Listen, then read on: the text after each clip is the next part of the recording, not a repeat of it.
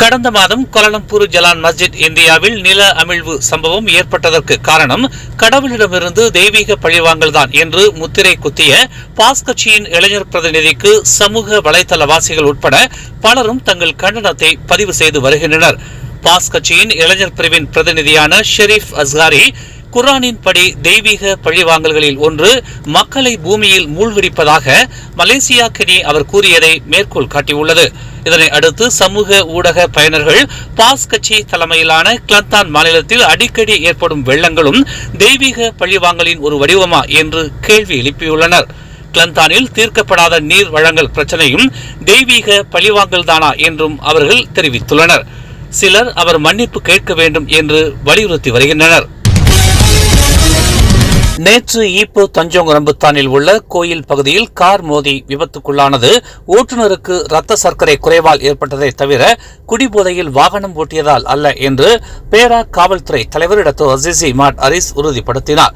சமூக ஊடகங்களில் வைரலான வீடியோவில் எஸ்யூவி வாகனத்தை செலுத்திய அந்த நபர் சம்பவத்தின் போது நீரிழிவு நோயினால் இரத்த சர்க்கரை குறைவால் பாதிக்கப்பட்டிருந்தார் என்று அவர் கூறினார்.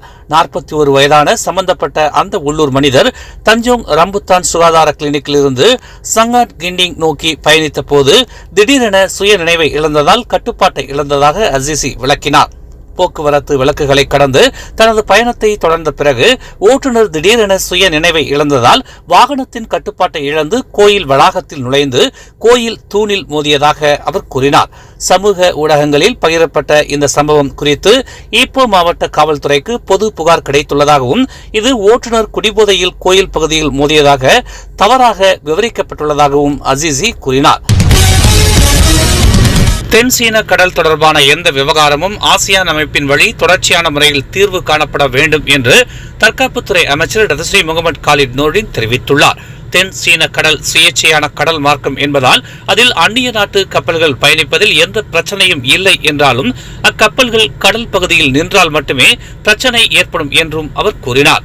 அந்த பகுதிக்குள் கப்பல்களின் வருகை அத்துமீறல் தன்மையில் இருந்தால் அக்கப்பல்களின் வருகைக்கு எதிராக ஆட்சேப குறிப்பை சீனா உட்பட சம்பந்தப்பட்ட நாடுகளுக்கு அனுப்புவோம் என்று அவர் குறிப்பிட்டார். 20 சமூக நல இல்லங்களில் போலீசார் நடத்திய சோதனையில் மீட்கப்பட்ட 402 சிறார்களில் குறைந்தது 13 குழந்தைகள் பாலியல் வன்கொடுமைக்கு ஆளாகி இருக்கலாம் என்று நம்பப்படுகிறது.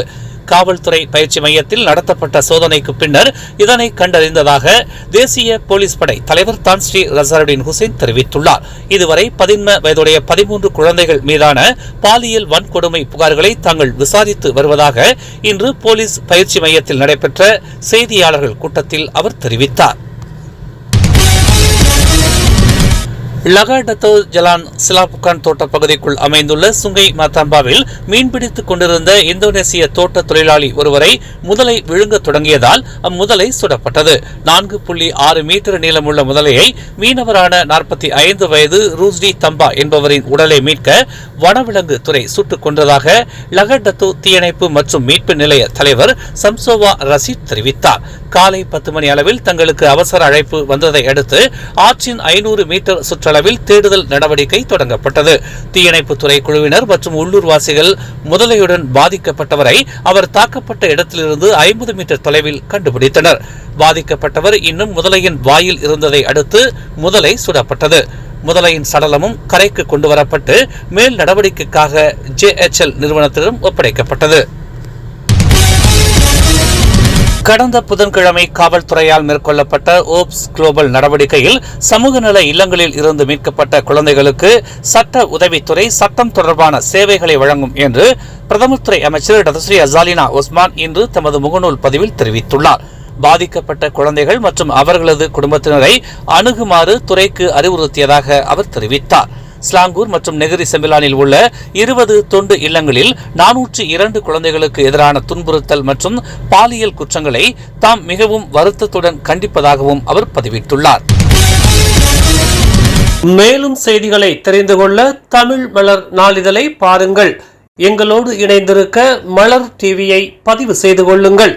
உறவுகள் மகிழ்ந்திட விருப்பம் மற்றும் பகிர்வு சேவையை சொடுக்குங்கள்.